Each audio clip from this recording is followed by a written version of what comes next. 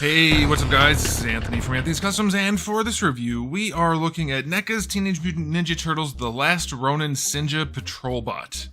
And I want to do a question right off the bat. It's kind of like a question of the day, but it's more so just a question for me.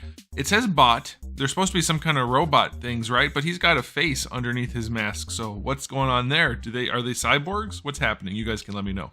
Okay, so this guy is like generic robot number 1, which is kind of like the new Foot Clan, I'm guessing. I haven't read The Last Ronin. You guys can let me know about that as well. But it's just like a cool ninja robot cyborg thing, which I think lots of people will like, even if they're not Ninja Turtle fans. So I thought we should review it, so here it is. Let's go ahead and get this guy off the stand and take a closer look. Now, before we get into the figure, let's take a look at my package. You'll notice they don't match. These guys are much bluer and darker, and as far as I can tell, this is more accurate though. So this is a pretty cool look, but apparently they're supposed to be more of that teal color, so that's okay. But nice artwork on here, I like that. You see the 3 different options.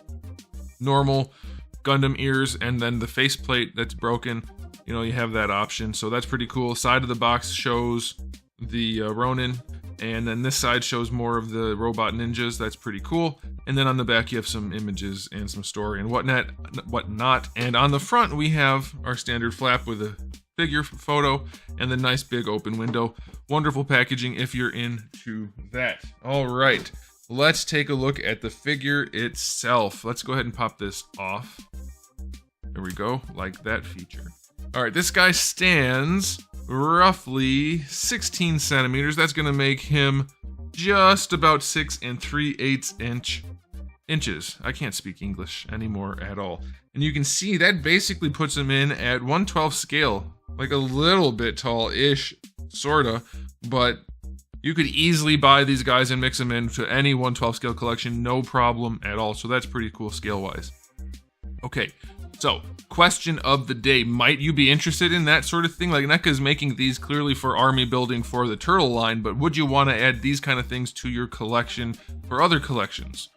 Generic cyborg robot things are pretty cool. Ninjas are pretty cool. I mean, I have a partiality toward those two genres, so I think it's a good thing, and NECA's probably got a blank check here, but you guys can let me know what you think. Okay, so let's dive into the aesthetic. First thing I noticed, nice proportioning all around. The head is not too big despite being robotic and potentially helmet. I don't know if it is a helmet. Like I said, it's unclear because we do have this head with the eye behind it, so I don't know. But either way, nice proportioning, looks pretty good. I think there's a lot of bare plastic, but there is a lot of paint as well, and lots of line work and detail work, and it looks great. So that's something to note. This guy comes in at, I think, 35 bucks, give or take. So top end Marvel Legends scale, unique sculpt, though it is made for army building, so they're going to make a little extra money there, but still a unique sculpt as of now, and lots of paint. So apparently it can be done for a reasonable price. But if you look at that, we have 2 different tones there, the bluish green and then the grayish green. Lots of black line work around, and then obviously they painted the details in there to let the little tubers stand out. That's pretty good. The silver paint is nice and metallic, not some pearly, marbly plastic. Face paint is clean as heck. That looks so good. Very nicely done. Different tones again for the holster and the leg. And then nice detail work throughout. Like, it's not the most detail work ever, but it looks clean. This is one of the cleanest things they've released in a long time. It's really nicely done. I do think these are bare plastic, which does go to show you can have a nice matte finish on bare plastic. It's not that hard, but they don't do it on a lot of other figures. Not NECA, other companies.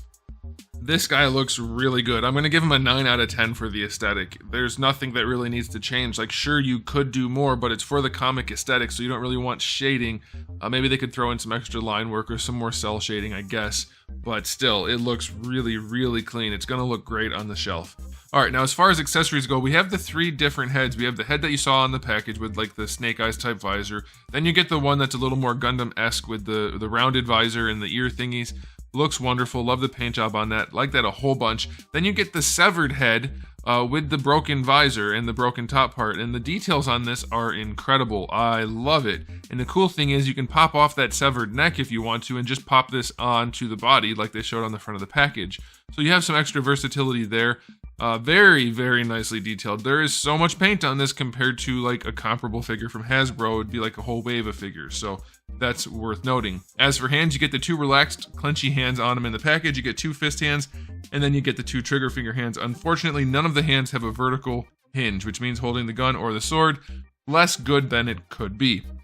Speaking of, you do get his pistol, which is a nice little pistol, a little bit of paint on there, that's okay. You do get the sword and scabbard, very nicely detailed sword, and the scabbard works nicely too. You get this little thing which looks like a head. I don't know anything about this. You guys can let me know what that's about. And then you also get a couple of little stickers if you want to make these guys, I'm guessing, some kind of different rank. You put that on their chest, and you will have that option. So good spread of accessories on top of a new sculpt and a fair amount of paint at 35 bucks. Who'da thunk it? 9 out of 10 for accessories. Very, very good spread. Could be better, you know, the vertical hinges and whatnot, but still a good spread. Okay, can it pose? Usually NECA figures favor accessories and aesthetic over articulation. Let's see what we have here, because this is a plain humanoid body, really, with some shoulder pads, which might pose a threat, but the rest should work well. So let's see what we have. The head is on a double ball peg on top of the neck. The neck is on a ball peg, a single ball peg as well. I guess it could be a double at the bottom of the neck, I don't know. But the neck moves around a little bit, but the head moves around a ton because they did their ball peg the way they're supposed to. There's a little bit of tuber situation going on where they kind of clip and bump into things, but you can still look up decent. You can look down. You can lean to the side. You can rotate. It's not the absolute best double ball peg neck, but it's definitely gonna be enough. Like, you can't do that pose right there. That simple basic pose, you cannot do that on a Marvel Legends style neck. Not the double ball peg that they use sometimes, even though they screw them up. This is the way you want to do it, and that's done really well.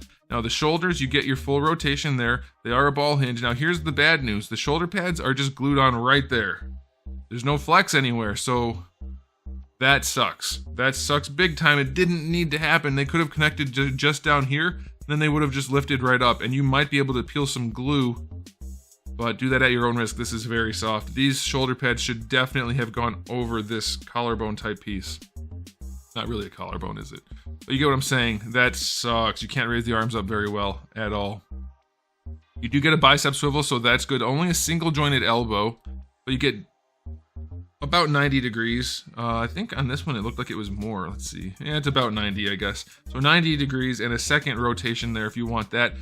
Not a double jointed elbow. I'm guessing they did that for the aesthetic, which is fine, but we definitely would have preferred having more range, especially given the limitations of the shoulder.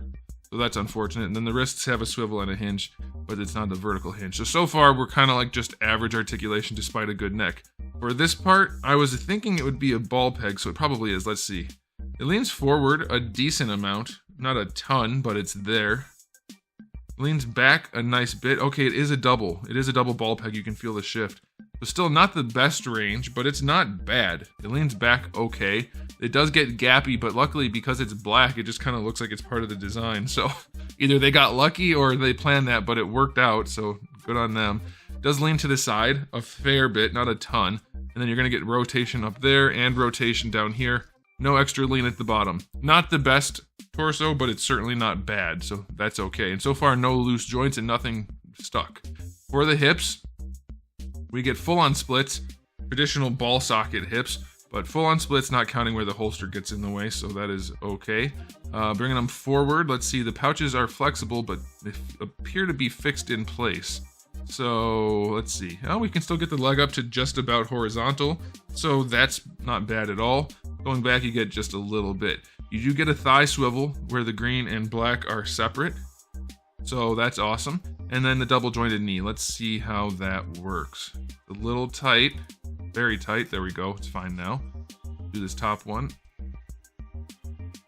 Good thing is there's usually very little risk of damage on a joint like this. So if it's stuck, you can just give it a little push. It should be fine. And this one is still fighting me, but there we go. There we go. Okay. So good range. Took a little bit of strength, but some good range. Proportioning is still questionable, but it's a robot, so I'm not as worried about it. Okay, and it doesn't, it's not obvious. Maybe because the hips actually are a little bit low here, so it's not too bad. It definitely could be a little bit adjusted, but still nice range, and it worked out okay. And they did paint their joints. These are PVC, so the paint shouldn't peel off too bad in the knee. We can focus on that. You can see a little bit of scratching there, but not too much. The PVC should hold the paint well enough. And then for the ankles, we have true ball hinge ankles. So good range going forward, good range going back, and then you can rotate that around for a perfect ankle rocker. So that's actually really good. All right, so for the articulation on this guy, it's not great, but for a NECA figure that is filled with sculpt and paint and accessories, it's pretty darn good. Torso's average, legs are solid. There's nothing really you need on the legs that are any better. Shoulders are pretty much the only major limitation, so I think it's pretty good. I'll go 8 out of 10. For a NECA figure, it's really good, and I think you're going to be able to pose it just fine, and it's going to look damn good doing it because of the aesthetic. And you have some nice options with the accessories. So I think NECA has a home run right here. I love this figure. Personally, I think the color scheme is great. They executed it wonderfully.